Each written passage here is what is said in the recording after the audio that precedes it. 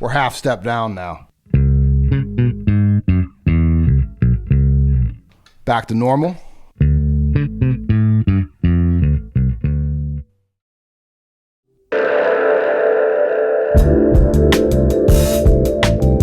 What's up, everybody? Welcome back to the channel. Anthony here, Reflection Concept, reflectionconcept.com. Man, I didn't think it would be 6-7 weeks before I shot another YouTube video. Kind of had it in the cards to be 2 or 3. And well, life takes over sometimes, right? So some great things happened, some good things happened. Nothing really bad happened, but you know, it's hard to kind of get back into the flow when you take a break, even though those breaks can very much be needed. Please take a second, subscribe to the channel. Had a lot of nice momentum going here. 5 videos in a row, had some really nice numbers that I like to see. We're almost at that 1,000 subscriber mark. Really want to get there. I think we're going to get there really soon. Got to get some viewership hours up, and hopefully we can monetize this channel here probably a little sooner than I thought, or I would say, now that I've taken that break, within a span of less videos than I thought. So again, take 1 second, just subscribe to the channel if you dig the content. If you're not familiar with what I do, obviously you may or may not, it's not obvious. Nothing's obvious in this world, right? You might know me from Empire Music. That's obviously still there. That is an obvious thing. That is still there. I've been knocking out a lot of bass content over there. This is my personal channel. A little supplement to it, a little peek into my personal life. We certainly do revolve around bass here because that's a big part of my life, but I'm also an artist, graphic designer, also a photographer.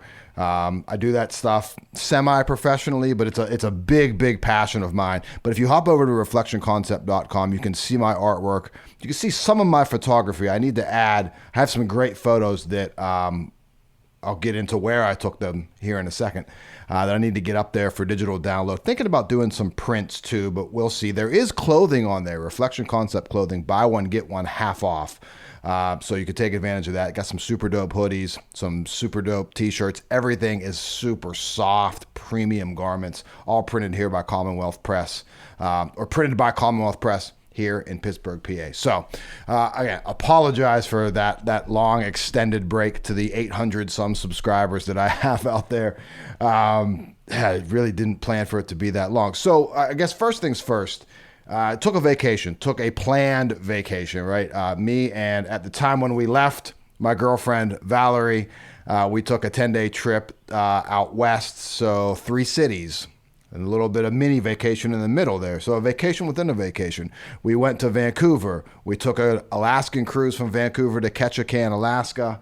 And then we went back a little 4-dayer and then back down to Seattle for 3 days and then back to here in Pittsburgh. And on that trip, we got engaged.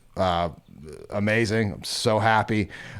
So the first part of the trip there was the first part of the break here from shooting content here on my personal channel was great. And that was planned. And we need those things, right? We need those vacations. We need to separate from it. As someone that I wouldn't call myself a content creator. I dabble in it. It is something that I do like to do. It gives me a chance to talk about some of my passions. And hopefully have some, again, we want to monetize the channel. I don't think it's going to make a lot of money, and that's really not the goal, but just kind of get the word out and spread a little bit of exposure into, again, some things that lie separate from the Empire channel, right? It's also a passion of mine. It's very cool to have a job that allows me to blend the passion with something that, really does pay the bills. This isn't here for that. It may be a supplement to it. It might be a byproduct of it, but it's really here born out of passion, right? But it's really healthy to take those breaks and to separate from it, because it is I don't know how many people out there watching this channel are even dabble in content creation or maybe just in social media and trying to have a presence in that. It's a grind. The algorithm doesn't like breaks, and I just took a long one. So I need to get back in the good graces of the YouTube algorithm, the mystical form that is the algorithm, right? So the first part of the break, planned, like I felt mentally healthy and ready to take the break. right? Cool. The second part of that was I had a gig with the cover band that I mentioned a few videos ago. It was a 90s cover band here in Pittsburgh. So there was a lot of prep work for that. We'll get into that in a second as well. And the other half of that was the Pressfield Resistance. When I say Pressfield Resistance, the great Stephen Pressfield book, The War on Art, man, it just hit me. And, got back from vacation, had to gig prep. And gig prep's always going to take precedence for me. Well, not always going to take precedence for me, but, that gig meant something to me because it was stepping into, stepping out of a comfort zone for me. I don't generally do cover band things. And it was a really big workload, meaning like 45 songs I had to learn. Plus I had a session on just one other tune that I was playing drums and bass on. Yes, they paid me to play drums. It's shocking. Every time that happens, I'm shocked, but I'm a decent drummer. I can keep time. I have a few little tricks and, again, I can keep time. That's probably about the extent of the things that I will, that I can brag about. And even that's probably suspect, really. But regardless, so I had a lot of tunes to learn. And I'll jump in a second on kind of my method for doing that. And then we're going to get into some of the sounds that really saved my ass on this 90s band gig. So I had that to prep for. So like another good, if not great reason, because I had a good paying gig. It was a learning experience as far as like stepping outside my comfort zone and like learning tunes. I like experimental music. I like original music. I've never been a cover band musician. I've played under 10 wedding gigs, under 15 wedding gigs my entire life. I've just never gone the cover route. My first band was original music. I've always just enjoyed, if you hear some extra noise, my windows are open here at my house. So quick aside, and the topic I want to get back to so I don't sidetrack too bad is not playing in cover bands often. I already shot this video once, and I shot it last night, and I don't know how my camera, my Fujifilm, I'll shoot this on an XS20, which is an okay camera, right? As I knock into stuff. Somehow I had the setting on 1080, not 4K. So I was editing the video this morning and I was like, wait, why does this not look super sharp? Especially when I blew it up on the screen on my Mac. And I realized that I'd shot in 1080. I don't know how that got missed. And I've done that before, so I don't know if it's something I'm messing with, because a couple of my early videos, which I thought were in 4K, were in 1080. And that's why they kind of looked like crap. They look fine on a phone or whatever, small screen when you blew it up. When I watched it on my TV, like a 70-inch TV, it looked really, really bad. It was kind of embarrassing, but you live and you learn, right? And I have a new, I'll get into that in a second. So never was like a big cover band player. So that was important for me when I compartmentalize that stuff, it's like, I want to learn the tunes and play the gig well.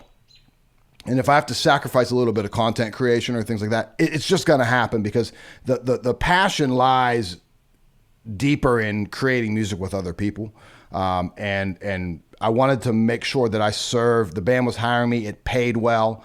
I wanted to make sure that I was serving the art form of the band the right way, which is very important to me. As I think of myself as a professional level musician. Obviously, I have some shortcomings in my playing. I would always admit that, but I'm gonna put the work in, right? And if it's a gig that I think I can't do well, I just won't take it, right? I've talked to a lot of people about that before. Like, I wouldn't take a blues gig. I'm just not good at playing blues. I can fake my way through a tune, sure. It's not my wheelhouse though, right? So I want to serve the art form that is that band the right way, and I want to serve the art form of music as a whole, whether that's original music, cover material, whatever. I want to serve, music well.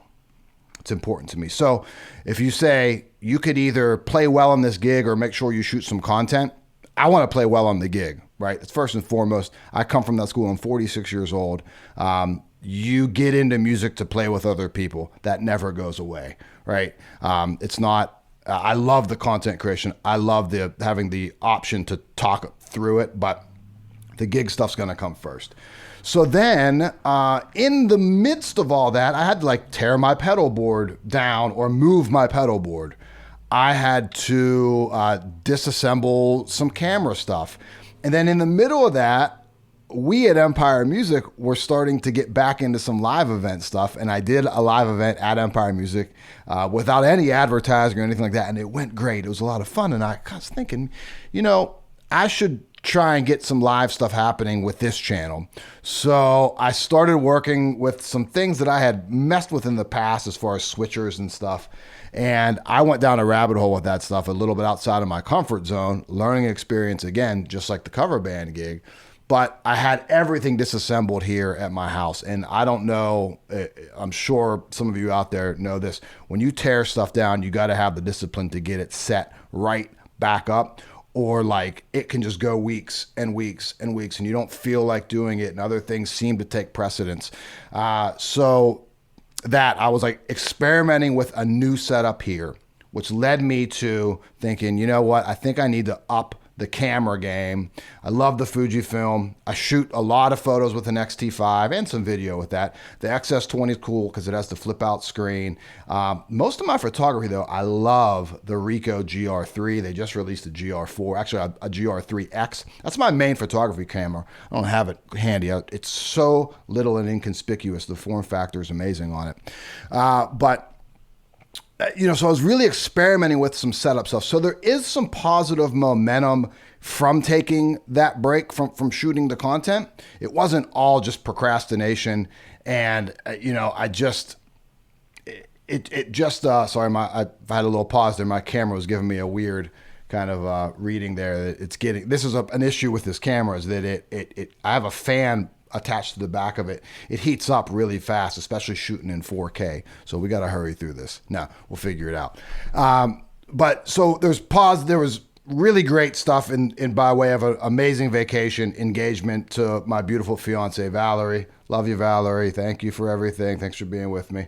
I can't wait to spend life together. So obviously there's going to be a move involved. There's planning a wedding, all that stuff. So there was great stuff. There was the learning experience, learning a lot of tunes for the gig. And then there was some bad stuff, just procrastination and resetting up the setup. And in the amazing way that resistance works, I was disguising, I was avoiding the work by doing other work that wasn't nearly as important as to continuing the journey on my little YouTube channel here, right? It's very funny how that works. So on to the gig, right? So two really cool things happened on the gig. I got to play a ton of cool tunes. I got to meet, the gig-wise, just music-wise, good people, good pay, good music, learning experience. It was fun to kind of dive into the memorization muscle of like learning material, right? Now it was a lot of tunes. It was like 45 tunes. And in talking to people prior to the gig, they're like, oh my God, that's a crazy workload. It is, it's a big workload. And they're asking, well, how do you learn that many tunes, right? So it's just real brief. The way that makes sense to me, get the list of tunes. So let's say it was 45. We didn't play all 45. Let's say it's 40 songs, right? And I had months to do it because I don't gig a ton. So I did have the luxury of time on my side to, play everything well. Look at the list. All right. Make just mental notes. I know this tune. I kind of know this tune. I could sing all the tunes because, form wise and just melody wise, things like that. It's 90s music. I'm 46 years old. I know a lot of that stuff. Even if I don't like it, I knew it. And some of the stuff I had played before, but not a lot. Maybe 5 or 6 tunes I had played kind of. Some STP tunes, Hard to Handle, Kravitz, Are You Gonna Go My Way, things like that. So there was a few tunes I knew. So right away, I'm looking at the list. I'm thinking, all right, I know it. Just need a quick refresh on it. Then I was listening to them with the bass. Okay, easy song. That Blur song, what is it, song number 2. Easy tune, right? Maybe a couple Weezer tunes or something. Easy songs. All right, can kind of put those on this other list as like light lifting. Not that every tune can be tricky. You gotta remember it. But thinking like, okay, I don't have to spend a ton of time on this. The form's easy. There's not a lot of changes. Maybe no changes. Maybe one change. There's not like a weird bridge section, right? Then identify the heavy lifting. So, a tune. I gotta think on there. Foo Fighters' Monkey Wrench, right? It's not a crazy complex tune. It's got a pretty fast tempo to it, but it's got some like cool unison parts. It's an awesome tune, right? I never realized how cool that tune was. But there's like parts to it. You got to learn that stuff. You got to know it. No Doubt, Spiderwebs, that tune. There's like a, Tony Kanal's bass line. Like you got to learn that. And there's parts. There's unison lines. There's, A section. There's intro. There's like the reggae intro, the tune. The chorus has two different kind of feels to it. Then there's the bridge section. In that, there's unison lines out of the chorus and out of the bridge, and there's like some important parts on that. So it's just identifying that. And then, so again, low-hanging fruit, easy stuff. Don't spend too much time with it. The more complex stuff, you get into that and really start to memorize it, right? And then a few days out from the gig, so when we had gotten back from vacation, I knew I had like almost exactly 30 days to do it. So I told myself like 10 tunes a week are going to get me to 40. And then if I added one or two extra in there per week, I'd get to 45 and feel pretty confident with it. And that's exactly how it went. So I was able to kind of compartmentalize. But then like right before the gig, usually in these cases, I will write my own set list because I don't want a small printout. So I'll take some old band flyers, extra stuff I've had over the years. I always save that stuff. And I kind of write set lists out, big, bold in Sharpie, right? So that's the two lists. And there were like 4 extra tunes I had on like a little half sheet of paper. Now, if you'll see here, what I write out in little shorthand there is the song title, obviously, the key of the song. If it starts on a different note other than like the root of the key center, I would write that, right? And then if it ends on a different note, I would write that, just so I know. I don't write what those are. I just put them there like in parentheses or something. And that's enough that on the gig, I can look down really quick. I don't have to read anything. I already kind of know the music. I just need a little bit of help, a little bit of guidance on it. And then, if there were things that I was repeatedly missing, bridge sections, one note to lead into a section or something, I would write that. So you can see here, don't miss the D, right? Riff from B. And then like Monkey Wrench, perfect example here. I have a little bit of like tab written there just to make sure I started on that 6th fret on the bridge section. That's usually enough for me to kind of let muscle memory kind of take over. I just need these small guides. So that's kind of how I learn large batches of music. It starts with the prep work, making sure I know what to spend my time on and what not to spend my time on, and then breaking it into small sections. And then last resort would be writing out a chart for the whole tune, which I really dislike doing. I don't like playing with my head in a sheet. I like playing a little bit freer, even on cover band tunes like this. And then also little notes, like, because some of the stuff, and this will be kind of the next topic, we'll get into playing some bass, and I'll show these little sounds that, again, really saved my ass on this gig. You'll see little notes here like tune up after, because that was in drop D, right? And you see a star by Sabotage there.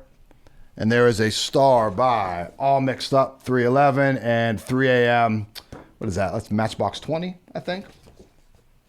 And then D, D, and D, so that's in drop D. So with the star, there was really only 3 tunes that were in standard tuning, right? At least for me on bass. All the rest of the tunes were in E flat, right? So everything was a half step down. And a few tunes were in drop D. All of those drop D tunes were out of the half step down. So we were essentially in drop D flat at that point, right? So I started doing it with 5 string. And that was like, I was just going to play a 5. I'm going to play my modulus 5. And positionally, that just got really, really weird for me. I wanted that open string. So I ended up moving to 4-string. And I used a little trick in the HX Stomp. I'm going to show you this real quick. Just one. Let me get closer to them. This is just one more reason why I love the HX Stomp, right? So let me get to a setting here. So just a reminder here. So clean tone out of the HX Stomp, just a little bit of compression on this. Normal signal chain I showed off before. Into the color box, into the Una, through some other stuff here that I'm not using.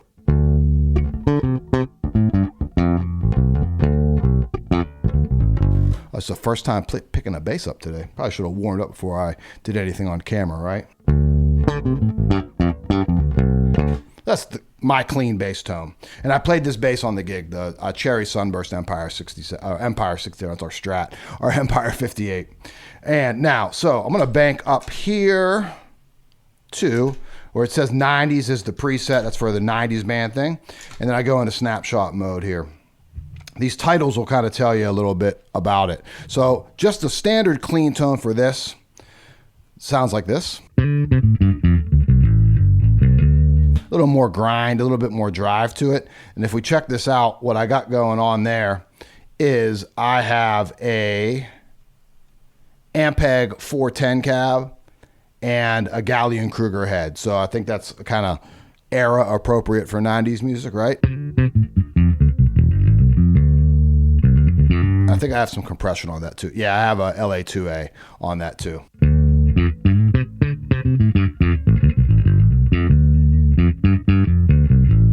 Love it though. Sounds really, really great for that situation. Then I have the same thing when I turn on this, which is the snapshot is just heavy. I engage like a Klon kind of setting on that, and this is wicked.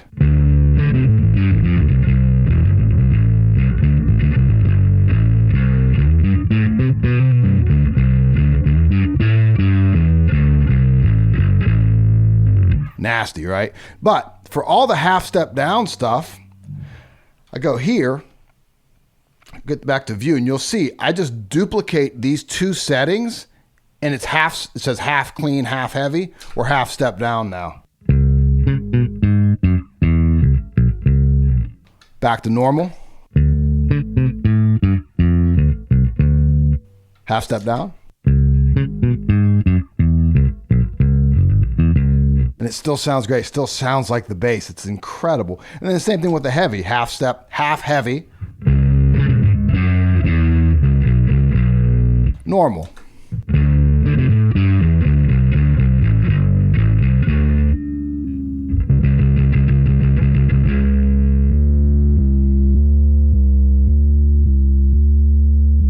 So I played like 98% of that gig just with this on at half clean or half heavy, right? And then you see what I have going on there. All I'm doing is putting their simple pitch, pitch shifting just down a half step, all wet. So I take, the, I think if we get through here, we can see the mix is on 100%, right? It's just super slick. So I didn't have to change basses ever. Incredible. So some really cool sounds there. So again, we kind of go back to just, this is kind of what I think of, and with a pick, this stuff's really cool.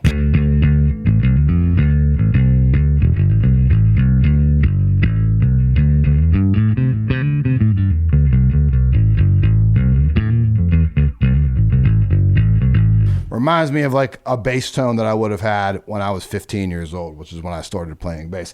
Oh, and the next video I do, or one coming up shortly, I got a cool bass. And just gonna say, what reminded me of that is me being 15 years old. You could probably kind of put the dots together, but more on that in the next video or two, right?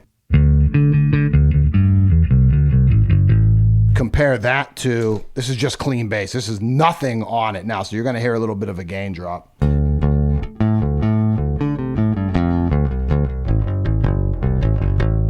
Back to the 90s thing. That cab sim is very accurate on it. Now, another sound I've been messing with here. Let me get out of this mode here. Is this vintage sound, right? So check this out. So again, we'll hear clean bass again. There's nothing on this. So again, a little bit of a gain drop. Pretty standard P bass thing, but check this out. I got this vintage setting on here.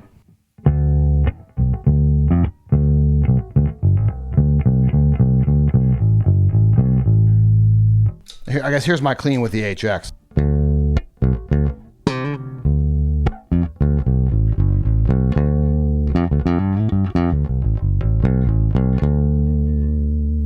And then here's that vintage again. Check this out. Adds a little bit of grit to it, a little bit of warmth. With a pick, it's so good.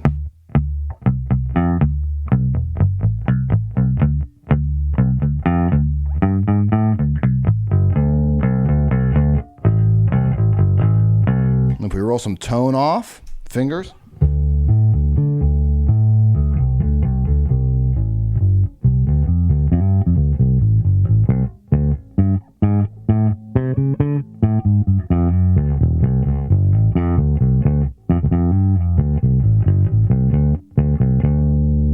And check out how I built this. So I'll go through some of the stuff here. Ampeg Opto Comp. I just like the way that sounded. I don't know what that is really doing arrow-wise. I just like the way it sounded versus the LA2A. Had a little bit more grit to it. Then Cali EQ. What do we got going on there? Boosting, lows. Up. Wait. Yeah, there we go. No, that's what. Oh, shoot. Let me get back on that. The HX goes again. Oh, here we go. Yep, boosting some lows. That's really all I'm boosting on that. No level boost. So boosting lows into some, lows and, two like bands of mids.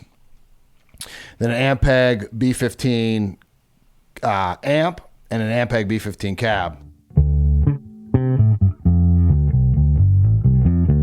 I was just trying to create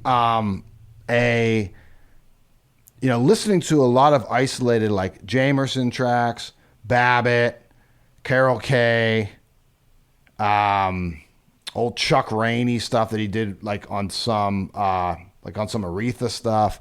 Is listening to all of those isolated tracks I could find and like some John Paul Jones, all of those tracks, and just not trying to emulate any one person. I think that's been done so many times, but trying to create a sound that just reminds me of all of it. Just reminds me of like vintage bass, right? What do I think of when I think of vintage bass? Obviously, it could be an SVT thing, but it could be the Ampeg B15 thing, which is what I chose to go with there. But again, just trying to create sounds. And I didn't really care what I picked. I went through a lot of different options. For me, it was just about the sound. I mean, that could have been the most modern sounding, labeled the most modern thing. But if it sounded the way that I wanted it to sound, it is what it is. And I messed around with a mic. So I've used the 112 dynamic mic. I moved the position, as you can see here, and the distance from it to where I got it. So I had this real juicy kind of squeeze up front.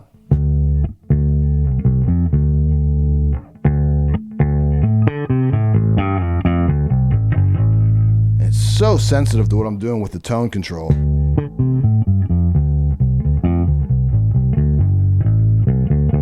But really, the thing that was like the best move, getting this HX was just the best move ever.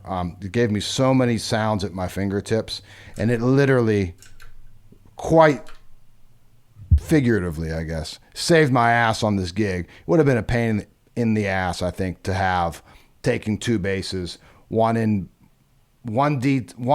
half step down, one in normal for 3 songs, and then also like one, and I'd have to detune the half step one additionally to get into drop D, essentially, or drop D flat. So really, this thing really came in handy, and I'll just go back over that. So 90s sound, check this out again, clean.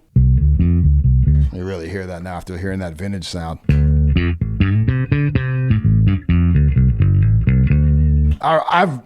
It's becoming one of my favorite bass tones, to the point where I might be using it more often than I think. Half step down, same exact sound, half step down.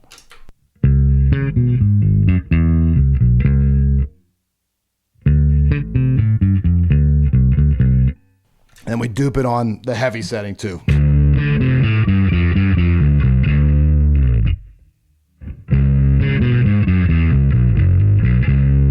And it really sounds, I mean, we're splitting hairs if we say it sounds any different, right? And in a band setting, it was absolutely perfect. So really, really happy with how that turned out. So these breaks was really like where this whole thing started, right? I didn't want it to take this long to get another YouTube video out, but things took precedence. And in the end, all positive stuff. I got engaged to the love of my life. Can't wait to get married. Can't wait to reset the studio in a new house. That's going to be coming up here in the next, who knows, few months really. So you might see some changes here coming again visually on the YouTube channel. Learning some new tunes, making some new friends, having time on a bandstand with new people. Incredible. And then learning from that procrastination period that happened. I don't consider myself a lazy person, but there's always room for improvement. But it feels really, really good to get back into it. But, learning about myself, learning about some of my habits that I thought I might have kicked as far as procrastination, learning that stuff's still there and you have to have some discipline. And also learning some new uses for the HX Stomp really gives me confidence moving forward with this box here, this little magic box. I love it. Absolutely love it. So hope you enjoyed the video. Again, welcome back to the channel. I apologize for it taking a little longer than I had hoped to get a new video out. If you don't subscribe, please do so. Greatly appreciate that. It's a very easy and free way to support what I do. Check out my website, reflectionconcept.com. Remember, t-shirts, hoodies are on there. Buy one, get one half off. You can check out and buy some of my artwork. A lot of you have, and I'm humbled every time I open up my email and see that there's an order in there. Greatly, greatly appreciate it. And thanks for watching. We'll see you next time.